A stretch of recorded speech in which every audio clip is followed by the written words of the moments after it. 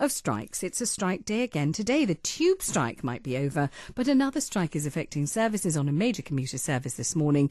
This time, it's Southern Rail. Drivers are taking 3 days of industrial action over contentious plans to change the way that trains are operated. The dispute has been going on now for nearly 10 months. Also today, BA cabin crew at Heathrow are beginning a 48-hour strike over jobs. BBC Radio London's Jonathan Savage is at Purley for us this morning. Good morning, Jonathan. What's going on there today?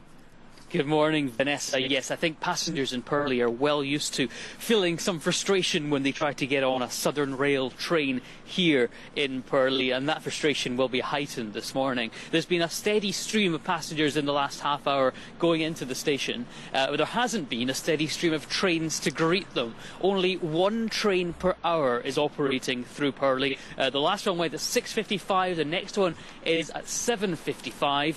So I think there's going to be some very long queues on the platform and out of the station, but of course people may see those queues, may listen to BBC Radio London, may know in advance that this strike is happening and may stay at home. And that, of course, is what Southern Rail wants to happen, because they don't want to have these images of people queuing out their stations this morning, and they don't want to have overcrowded trains, or at least trains which are more overcrowded than usual. Just to summarise what this dispute is all about, Southern Rail say they're modernising their trains. They're making them driver-only operated, which means the driver is opening and closing the doors. There's no guard on the train. There is essentially a passenger assistance staff member on every train, they say, but ASLEF, the train union, said that's not good enough. It's not good for safety, and it's not good for passengers or staff. Vanessa.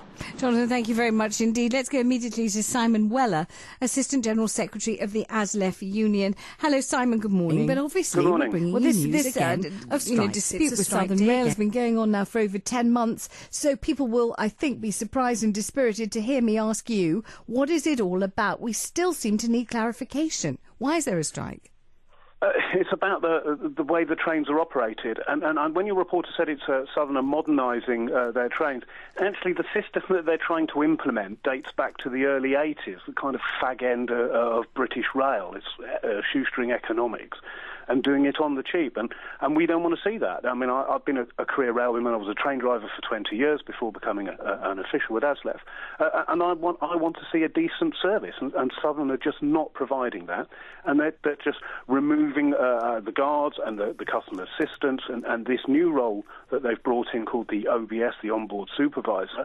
They're not even guaranteed to be on the train. And we're seeing more and more trains, even now, running without these OBSs. So it's just the only member of staff on a 12-coach train with 1,000 people on is the driver, so people in wheelchairs are being left behind, and the service is just pitiful. And Simon, I'm looking at a headline today, and it says, now ASLEF, and you're the Assistant General Secretary of ASLEF, now ASLEF admits trains without any conductors are safe. Let me read you a bit of this article.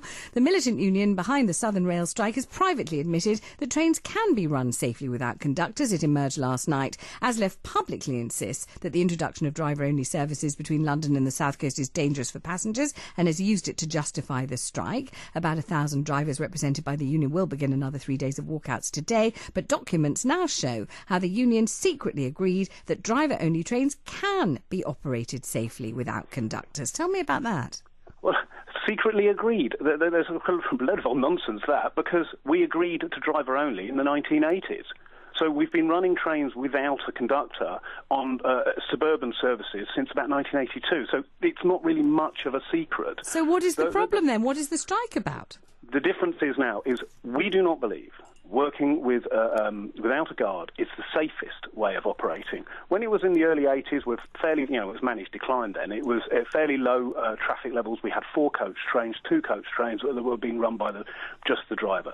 Now we're looking at 12-coach trains with over 1,000 passengers on, and we're just saying that is not the best way to run this, and we don't want to see any more. All right, let's we don't want to see any further introduction. And actually, what we'd like to see is the current DOO systems that apparently we secretly agreed to, that have been running for 30 years, we want to see them go back to a system with a guard, with a second person on the train to provide a service for the passenger. Even though you agreed in the 80s that it was fine and it was safe, let me ask you to cast your mind into the brain and the personality and the body of a Southern Rail commuter. I mean, they have, for 10 long months and even a great deal of time before that, genuinely been suffering. I mean, literally, I'm not exaggerating when I say we've had people on the programme crying from sheer frustration. They can't get to the hospital, they can't get to job interviews, they can't run their lives. They don't know when they're going to get home, if they're going to get home. I mean, this is really playing fast and loose with people's lives, isn't it? Well, I'm a Southern commuter myself. I live just outside Lewes, so I use the service every day to get to London. So I am well aware how pitiful the service is. And just to bear in mind, this is the 4th day of strike day.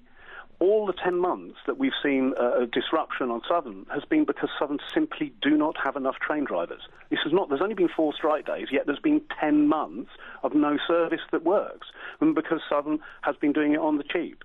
And this DOO is further evidence of them trying to do it on the cheap. I mean, as I said, I'm a career railwayman. I was 20 years a train driver out of Brighton.